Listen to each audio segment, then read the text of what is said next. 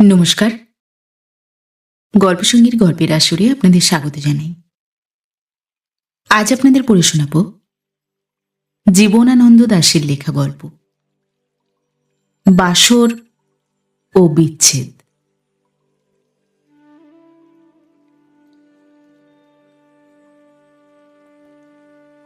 বউকে তোরা কতক্ষণ ধরে সাজাবি? হেমপ্রভা একেবারে ড্রেসিং রুমে ঢুকে পড়লেন। বললেন, বাহ, হলো নাকি এখনো? অমলা অত্যন্ত বিরক্ত হয়ে বললে, আপনি এখানে কেন? হেমপ্রভা বললেন, রাগ করো না মা, হয়নি এখনো? অমলা দাঁতে দাঁত চেপে বললে, না, হয়নি। কি বাকি আছে? টুনি বললে, সব হয়ে গেছে মা, শুধু শাড়ি পছন্দ হচ্ছে না। হেমপ্রভা বললেন, কেন? বৌভাতের জন্য যে বেনারসি শাড়িটা দেওয়া হয়েছে সেইটি তো ঠিক আছে। বিভা বললে, বৌদি সেটা পছন্দ হচ্ছে না। হেমপ্রভা বললে, সে আবার কেমন কথা? ওর খুড়শ্বশুর দিলেন বৌভাতের জন্য বিশেষ করে, এমন চমৎকার শাড়ি। অমলা ফোঁস করে বললে, ছাই। সকলেই তাজ্জব মানলে। আপাদমস্তক অমলার দিকে তাকিয়ে হেমপ্রভা বললেন, তবে কোন শাড়ি পরবে তুমি বাছা? আভা বললে, অধিবাসের শাড়িটাও পছন্দ হচ্ছে না। হেমপ্রভা বললেন, কি ছাই মাথা মুন্ডু বলছিস? অধিবাসের শাড়ি বৌভাতে পড়ে নাকি? হেমপ্রভা পালঙ্কের উপর স্তূপীকৃত এক পাহাড় শাড়ির দিকে তাকিয়ে অত্যন্ত বীতশ্রদ্ধ হয়ে বললেন, এতগুলো শাড়ির ভিতর একটাও পছন্দ হলো না? টুনি বললে, না। আভা বললে, আমরা বেশ কতগুলো বেছে দিলাম, কিন্তু বৌদির কিছুতেই মনে ধরছে না। বিভা বললে, কি করবে তাহলে বৌদি? হেমপ্রভা বললে, এই বেনারসি পরবে আর কি। বউয়ের মুখ কাঠ হয়ে উঠেছে। হেমপ্রভা বিশেষ কঠিন প্রকৃতির মানুষ নন। অমলার পিঠে হাত বুলিয়ে বললেন, লক্ষ্মীটি, পড়ো মা। অমলা বললে, ও আমি পরব না। কেন? পছন্দ হয় না, বিচ্ছিরি। তবে তোমার যা পছন্দ পড়ো। অমলা আবার তোরঙ্গ খুলে বাছাবাছি করতে লাগলো। হেমপ্রভা অমলার মাথায় হাত দিয়ে বললে, বাহ, খোঁপাটি তো বেশ পরিপাটি বাঁধা হয়েছে। একে না জানি কি খোঁপা বলে। কেউ কোনো জবাব দিল না। হেমপ্রভা বললেন, বাহ, দিব্যি বউ, গয়নাগাটি পোশাকে কেমন মানিয়েছে। এখন শাড়িটা বৌমা চট করে পরে ফেলো তো। চট করে কাজটা সেরে ফেলবার কোনো ইচ্ছাই ছিল না অমলার। সে ভুরু কুঁচকে শাড়ির পর শাড়ি নিয়ে নাড়াচাড়া করতে লাগলো, যেন শাড়ির দোকানে এসে বসেছে। সারাটা দিনে কুড়েমি করে কাটিয়ে দিলেও তার চলে। আয়েসে অবসাদে পা ছড়িয়ে বসলো অমলা। হেমপ্রভা উসখুস করতে করতে বললেন, ওই হেলিওট্রপ রঙের শাড়িটাই নাও না। অমলা হো হো করে হেসে উঠল। বললে, ওটাকে বুঝি হেলিওট্রপ বলে? আভা আঁচল দিয়ে ঘাড়ের ঘাম মুছে একটা শাড়ি তুলে নিয়ে ফেলে বললে, এই দেখো মা, এটা হচ্ছে হেলিওট্রপ। হেমপ্রভা বললেন, তা এটাই পরো না। অমলা অবজ্ঞায় কঠিন হয়ে বললে, সংসাজ বা স্বাদ নেই তো আমার। দেখি তো শাড়িটা কেমন করে ধরেছে আভা। এরকম করে নাকি শাড়ি ধরতে হয়? বাঘের মাসি এসেছেন হেনস্তা করতে। ছি ছি, শাড়িটাকে কেমন লোপাট করে দিল। বাইরে বউ ভাতের নিমন্ত্রণের রান্নার বিপুল আয়োজন। হেমপ্রভা গলদঘর্ম হয়ে কাজে ব্যস্ত ছিলেন। 2-4 মিনিটের ছুটি নিয়ে বউকে একটু তাড়া দেবার জন্য এই তার আশা। বউয়ের পরিচয় যতই তিনি পাচ্ছিলেন, ততই তার হৃদয় কেমন একটা ব্যথায় টনটন করে উঠছিল। যা দেখেছেন তিনি, যা শুনেছেন, বাস্তবিকই কি সত্য, না কোনো কাল্পনিক শ্লেষ অভিনয়ের ভিত ঘটিয়ে 6 দিন ধরে বউয়ের সঙ্গে তাদেরও যাত্রা চলছে? হেমপ্রভা বললেন, তা বেশ, শাড়ি এখন থাকুক। বৌমা, এখনো যথেষ্ট সময় আছে। বিভার বাবা এসে ঠিক করে দেবেন। চলো এখন তুমি একটু আমার সঙ্গে। অমলা বললে, কোথায় যেতে হবে? চলো একটু রান্নার দিকে যাই। অমলা বললে, এই তো আমি টয়লেট করে উঠলাম, এখন আগুনের তাপে যেতে পারবো না। একটু না গেলে কি হয় বৌমা? এত লোক এসেছে, খাটছে। পোলাওটা আমি চড়িয়ে এসেছি, তুমি একটু নেড়ে চেড়ে আসবে বই নয়। অমলা ফুঁ ফুঁ করে হাসতে হাসতে বললে, পোলাও রাঁধবো আমি এখন? এই টয়লেটের পর? পেন্টিং অবধি হয়ে গেছে। ধীরে ধীরে চোখের তারা কপালের দিকে উঠছিল অমলার। বললে, বাপরে, এ বাড়ির কি আক্কেল! হেমপ্রভা সহাস্যে বললেন, চলো তাহলে একটু দাঁড়াবে এসো। অমলা বললে, শাড়ি না পরে আমি কোথাও যাচ্ছি না। হেমপ্রভা বললেন, তাহলে শাড়ি পরো। ব্যাপারটা ঠিক আগের জায়গায় এসে দাঁড়ালো। হেমপ্রভার সময় ছিল না, তাড়াতাড়ি চলে গেলেন। বললেন, আভা, বিভা, বৌমাকে মানানসই একটি শাড়ি বেছে দিও তো। অমলা বললে, হ্যাঁ, তোমরাই বাজবে শাড়ি। বিভা বললে, একটা খদ্দর পরো না বৌদি। অমলা বললে, তাই করব। অমলা বড় ট্রাঙ্কটা খুলে অনেক নিচের থেকে একটা অপরূপ জর্জেটে শাড়ি বের করে এনে সকলের চোখ ধাঁধিয়ে দিয়ে বললে, পরতে হয়তো এই। আভা বললে, জর্জেট? অমলা ডবল করে শাড়িটা পরতে শুরু করেছে। আভা বললে, এ তো বিলিতি শাড়ি বৌদি। দেশি বিলিতি এসবের খবর দিয়ে কি হবে? কে জানে কি কেমন পছন্দসই দেখেছ তো? কেউ কোনো জবাব দিল না। অমলা বললে, এতক্ষণ পরে মন উঠল। টুনি বললে, ডবল করে পড়লে বৌদি? কেন, তাও আবার অপরাধের নাকি? অমলা শাড়ি পরে খুশি হয়ে বসল। বিভা বললে, চলো বৌদি, এবার একটু বাইরে থেকে ঘুরে আসি।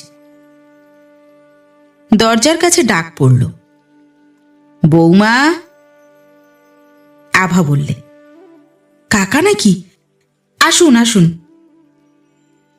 রোহিণীবাবু ঢুকে পড়ে অমলার দিকে তাকিয়ে বললেন, বাহ, দিব্যিটি তো। অমলার পিঠে হাত বুলোতে বুলোতে বললেন, এইবার বৌমা একটু যেতে হবে। অমলা বললে, কোথায়? লোকজন এসেছে সব, পাত পড়ে গেছে কিনা। রোহিণীবাবু থামলেন।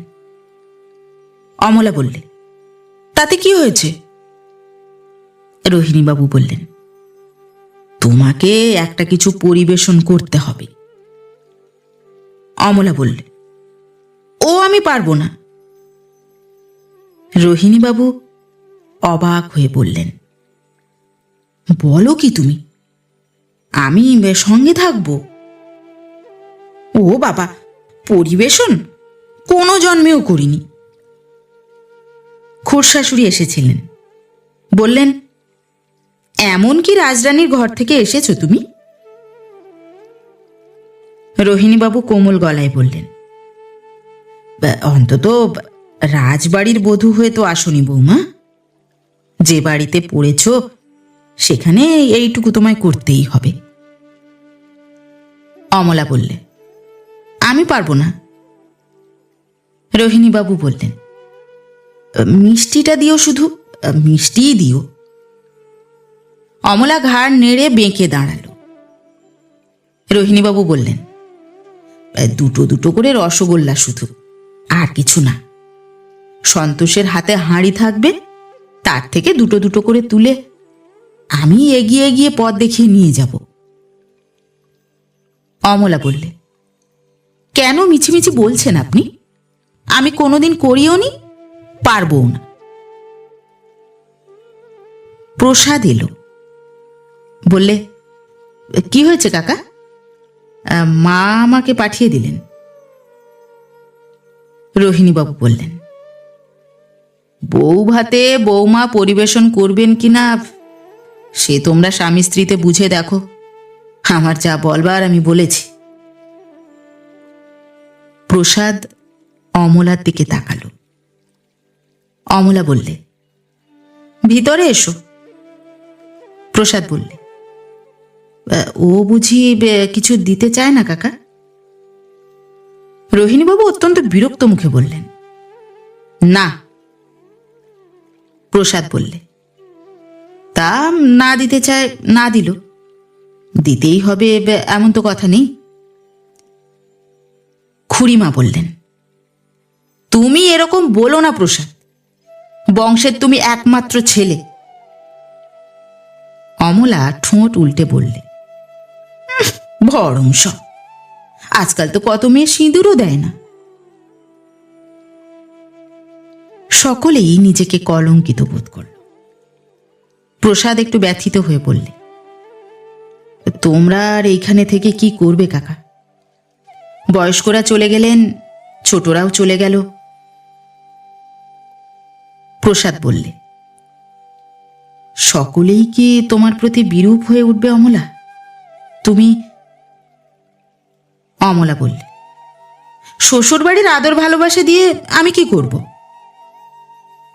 অভিমানে ফুলে উঠে বললে, আমি বাবার খুব আদুরে মেয়ে ছিলাম। অমলার চোখের কোণে এক ফোঁটা জল দেখা দিচ্ছে। প্রসাদ বললে, তোমার বাবা তো এখন নেই। অমলা বললে, তিনি যতদিন বেঁচে ছিলেন আমার সমস্ত আবদার সহ্য করে গেছেন। প্রসাদ দেখছে এই নববধূ এক অবাস্তবের রাজ্যের দিকে যাত্রা করেছে। হয়তো এর সমস্ত শিক্ষা দীক্ষা এইসব অদ্ভুত অপ্রাসঙ্গিকতা নিয়ে। প্রসাদ অনেকক্ষণ ঘাড় হেঁট করে বসে রইল। অমলা ফুলে ফুলে কাঁদতে লাগল। প্রসাদ ভাবছিল, বাইরে প্রচণ্ড উৎসাহ ও ক্ষুধা। লুচি কই, মাংস দাও, আরও পোলাও, এর বিরাট আড়ম্বর কি তাদের দুজনকে ঘিরে? বউ ভাতের ভোজ ফুরুচ্ছে। প্রসাদ অত্যন্ত ব্যথিত হয়ে ভাবছিল, যে নমনীয়তা নিয়ে তার মাকে বরাবর সে চলতে দেখেছে, তার বোনদের যে নম্র মাধুর্য তার এত ভালো লাগলো। মেয়ে মানুষের জীবনের ভিতর সবচেয়ে বেশি করে যে জিনিসটা খুঁজেছে সে পেয়েছে, সে আর তাকে তা পেতে হবে না। রাগে, অভিমানে, ঘৃণায়, কান্নায় অমলার মুখ টসটস করছিল। এমন সুন্দর মুখ, চোখ, নাক, ছুঁচলো চিবুক, বাসর রাতে গুলবেকাওয়ালির বাগানের এক কুহকিনীর মতো মনে হয়েছে। এখনো যেন তার ভেতর কোনো কুহক ইন্দ্রজাল নেই আর। কিন্তু জীবনে সে কুহক চায়নি তো। কুহক দিয়ে কি করবে সে? প্রণয়নীর আলিঙ্গনের মহাবেশ দিয়ে কি রচনা করবে সে? এসব জিনিস কোনোদিনই ফলাতে পারেনি সে। সচ্চরিত্র সফল যুবক সে। একটি মধুর চরিত্র সহচরী নিয়ে জীবনের সুলভ রসে হৃদয় তার ভরে থাকত। বৌভাতের রাত চলেছে। এঁটো পাতা ও কয়েকটা হাঁড়ি কুড়ি ঘিরে কয়েকটি কুকুর ছাড়া বাইরে আর কোনো সাড়া শব্দ নেই। যে যার ঘরে খিল এঁটে শুয়ে পড়েছে। প্রসাদ অনেক রাতে ভয়ে ভয়ে শোবার ঘরে ঢুকতে যাচ্ছে। অমলা এতক্ষণে বাতি নিভিয়ে ঘুমিয়ে পড়েছে নিশ্চয়ই। খাটের একেবারে কিনারাটা ঘেঁষে শরীরটাকে দড়ির মতো গুটিয়ে নিয়ে কোনো রকমে বাকি রাতটা ঘাড় গুঁজে থাকবে সে। অমলা কি মনে করবে? না হলে আজ এ ঘরে ঢুকতে ভালো লাগছিল না প্রসাদের। ছাদের উপর একটা ক্যাম্প খাটে পড়ে থাকবে ভাবছিল, কিন্তু তবুও বধূরও কেমন একটা আকর্ষণ আছে। প্রসাদের ছেলেবেলাকার কথা মনে পড়ল। সন্ধ্যা হলেই মাকে ছাড়া মন তার আর চলত না। কেন যেন অমলা ছাড়াও মনটা চলতে চায় না। অমলা যতই হোক তবু যেন কত কিসে, এর মায়া যেন কিছুতেই এড়াতে পারা যায় না। ঢুকে দেখলো বাতি জ্বলছে। অমলা চমকে উঠে বললে, কে? প্রসাদ বললে, এখনো বাতি যে। অমলা বললে, বাতি নিভিয়ে আমি ঘুমোতে পারি না। কিন্তু বাতি জ্বালিয়েও তো জেগে আছো। বায়ু চড়া ধাত কি না, ঘুম আসছিল না। প্রসাদ বললে, তাহলে টেবিল ল্যাম্পটা জ্বেলে দিই। অমলা অত্যন্ত বিরক্ত হয়ে বললে, বাবা। প্রসাদ টেবিল ল্যাম্পটা জ্বালিয়ে একটু কমিয়ে তেপয়ের উপর রেখে দিল। তারপর সুইচ নিভিয়ে দিয়ে খাটের এক কিনারে একটু ঘুমোতে চেষ্টা করল। আদর করে বা কথা বলেও অমলাকে সে বিব্রত করতে যাবে না। মেয়েটি যাতে শান্তি পায় তাই সে করুক, প্রসাদ বাধা দেবে না। খাটের কিনারে এইরকম অন্ধকারে সে যত তাড়াতাড়ি পারে ঘুমের দেবদেবীদের তার চোখের উপরে এসে বসবার জন্য অনুরোধ করছিল। অমলা বললে, অন্ধকার হয়ে গেল। প্রসাদ কোনো জবাব দিল না। বললাম, অন্ধকারে ঘুমোনো আমার অভ্যেস নেই। মাথাটা বালিশের থেকে একবার একটু তুলে প্রসাদ বললে, অন্ধকার কোথা, ওই তো টেবিল ল্যাম্প জ্বলছে। ওতে কি হয়? আরো আলো চাই। বললাম, অন্ধকারে আমার ঘুম হয় না। অমলা অত্যন্ত উসখুস করতে লাগলো। প্রসাদ বললে, কেন, অন্ধকারে ঘুম হয় না কেন? তোমারই বা আলোতে ঘুম হয় না কেন? প্রসাদের মনে হলো অমলা ঠিকই বলেছে। একদল লোক আছে বটে, আলো না জ্বালিয়ে ঘুমোতে পারে না। প্রসাদ নিজেও ছোটবেলা আলো ছাড়া ঘুমোতে পারত না, কিন্তু তারপর অন্ধকার ঘরে ঘুমোতে অভ্যাস করেছে। বাইরের একটা গ্যাসের লাইটও তাকে ব্যথা দেয়। প্রসাদ বললে, অন্ধকারে তোমার ভয় করে নাকি অমলা? অমলা একটু হেসে বললে, ভয় না হাতি। এরকম হাসির জন্য প্রসাদ মোটেই তৈরি ছিল না। অমলার হাসি শুনে বুকের ভেতর ধড়াস ধড়াস করে উঠল। সে খুব তৃপ্তি বোধ করল। অমলা হাসতে হাসতে বললে, তুমি বোঝো না, আমার চোখে বড্ড খারাপ লাগে। কি? এই অন্ধকারের বিজবিজানি। প্রসাদ উঠে টেবিল ল্যাম্পটা একটু চড়িয়ে দিয়ে বললে, দেখো তো এই আলোতে চলবে কিনা। অমলা বললে, ইলেকট্রিক লাইটটা জ্বালিয়ে দাও। প্রসাদ হতভম্ব হয়ে দাঁড়িয়েছিল। অমলা বললে, দাও না লক্ষ্মীটি। এমন মিষ্টি অনুনয় এই নববধূর হয়তো এই প্রথম, কে জানে হয়তো এই শেষ। প্রসাদ অবজ্ঞা করতে পারল না, সুইচ টিপে বাতি জ্বালিয়ে দিল। অমলা বললে, বাবা বাঁচালে। প্রসাদের ইচ্ছে হচ্ছিল ছাদে চলে যায়, কিন্তু তবুও সে দাঁড়িয়েছিল। খাটের বাকিটুকু সমস্ত জায়গায় অমলার জন্য ছেড়ে দিয়েছে সে। বধূ তার অবাধ রাজত্ব খুব স্বচ্ছন্দেই গ্রহণ করেছে। এরপর স্বামীর সঙ্গে যখন সম্ভাষণ হলো তার, অমলা বললে, বৌভাতটা কেমন হলো? প্রসাদ বললে, ভালোই। অমলা মুখ বিকৃত করে বললে, ভালোই না হাতি? মা আমাকে হাবিজাবি কতগুলো কি খাবার এনে দিলেন, এইসব নাকি বৌভাতে করে। প্রসাদ বললে, হাবিজাবি কি? পোলাও, মাংস, মাছের কালিয়া, ছানার পায়েস। প্রসাদকে শেষ করতে না দিয়ে অমলা বললে, ও আবার একটা পোলাও হয়েছে নাকি? পোলাওয়ের যে আলাদা চাল থাকে তাও এরা জানে না। প্রসাদ বললে, পোলাওয়ের চাল দিয়েই তো করা হয়েছে। তাহলে পোলাও এমন করকরে হয়? ঘি কিনেছিল কোন মুদ্দা ফরাসের দোকান থেকে? তাড়াতাড়ি হয়তো নামিয়েছে। তাড়াতাড়ি কখনো নামাতে হয়? তাহলে সরেস জিনিস হয় কখনো? প্রসাদ স্বীকার করল যে তা হয় না। অমলা বললে, কিন্তু আনাড়িদের কিছুতেই শিক্ষা হয় না। 10 বার একটা রান্না শেখালেও বারবার ভুল করবে। তোমাদের বিষ্টু ঠাকুরটাকে দেখলাম এঁটো হাতে রান্না শেখাচ্ছেন। বাবা, বুড়ো ধাড়ি মেয়ে মানুষকে আবার রান্না শেখাতে হয়? পোলাও রেঁধেছিলেন প্রসাদের মা। অমলাও তা জানত, প্রসাদও জানত। মাকে লক্ষ্য করে বিশেষ করে এই খোঁচাটা নাকি সে হানে?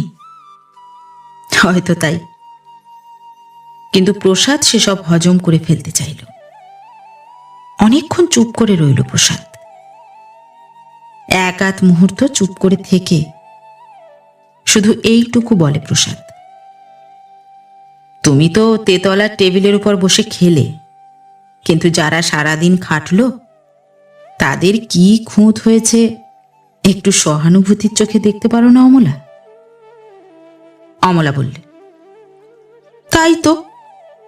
একটু কেশে বললে, আর আমাকে আমাকে এইবার কে সহানুভূতি করেছে শুনি? এই নেমন্তন্ন বাড়ি শুদ্ধ লোক তো এ ওর আঁতের টানে গলায় গলায় ঢলাঢুলি করে রইল, কিন্তু আমি যে রক্ষপুরীতে বন্দিনী সীতার মতো বসে আছি, এবারের একটা গোভূত এসেও খোঁজ নিল। প্রসাদ বললে, তুমি তো নিজে জেদ করেই বেরুলে না অমলা?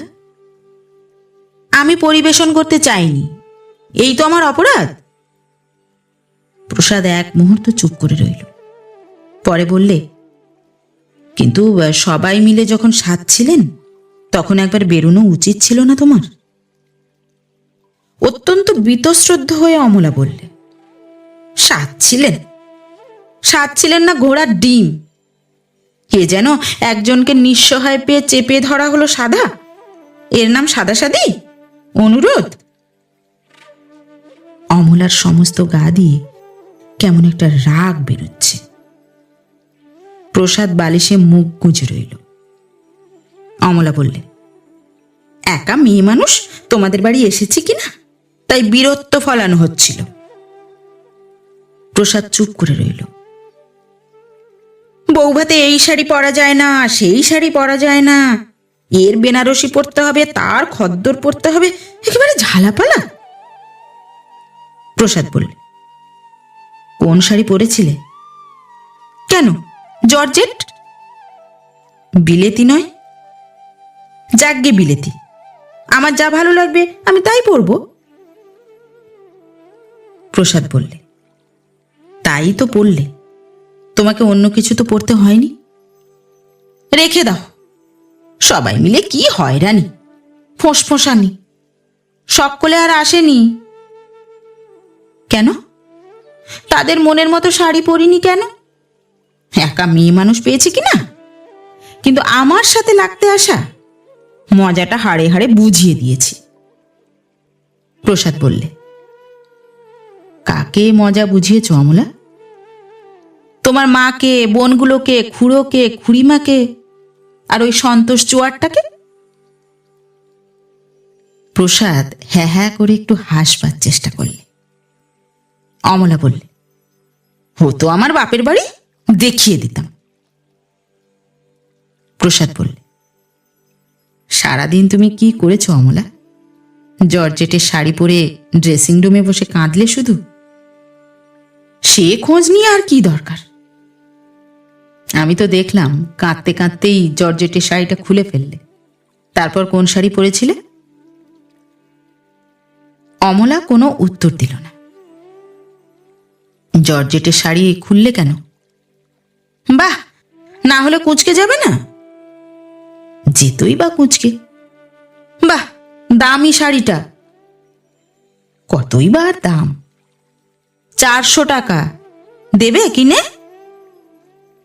400 টাকা এমন একটা অসম্ভব মূল্য কিছু নয়। তোমার কাছে না হতে পারে। অমলা বললে, বেহেট মানুষ তুমি বাপু। শাড়ি তৎক্ষণাৎ ভাঁজ করে রেখে দিয়েছি বটে, কিন্তু তবুও ঘোঁচকি একটু একটু পড়েনি। আর তোমার বোনেরা শাড়ি নিয়ে যা দমবাজি করে, ওদের বলে দিও বাপু আমার শাড়ি টাড়ি না ধরে। প্রসাদ বললে, সারাদিন ড্রেসিং রুমে বসেছিলে? আমাকে অপমান করেছে, আমি বেরোবো কেন? ভালো লাগলো বসে থাকতে? ভালো না লাগার কোনো কথা নেই তো।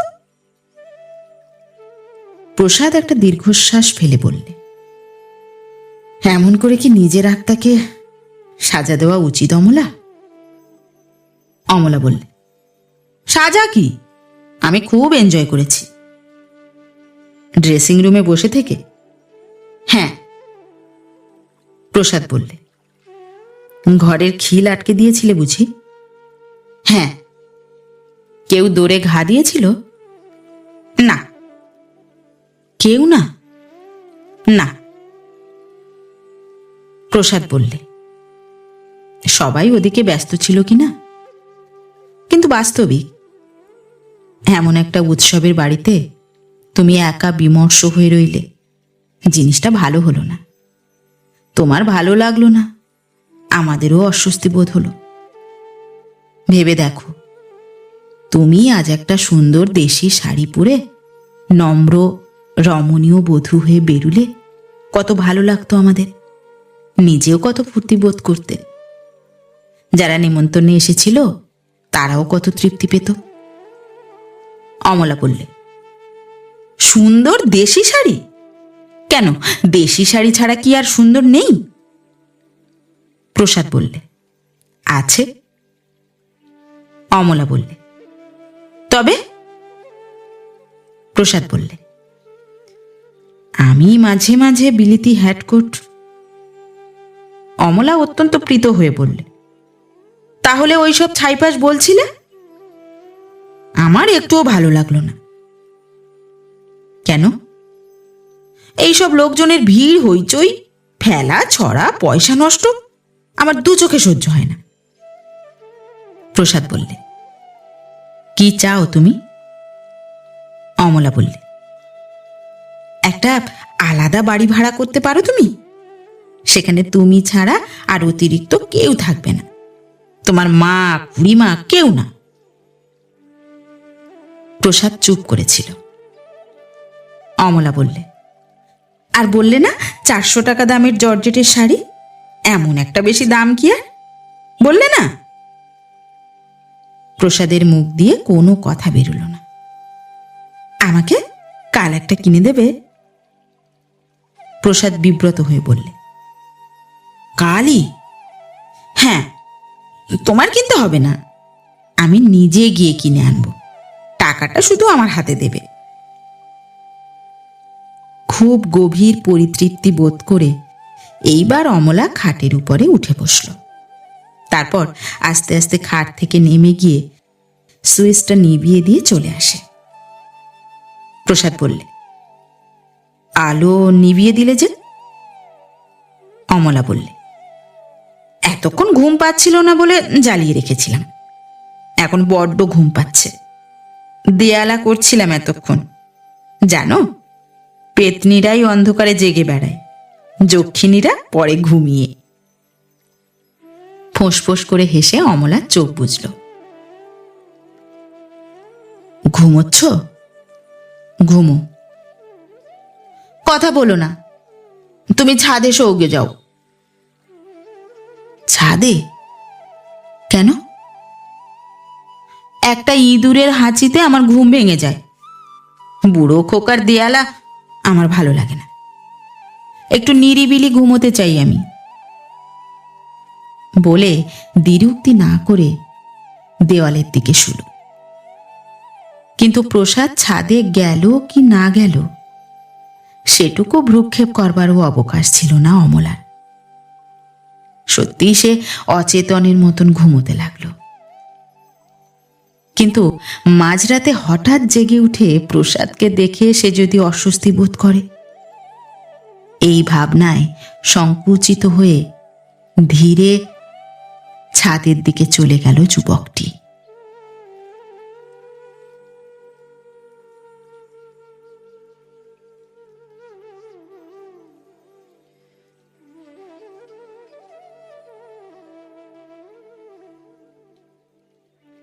নমস্কার।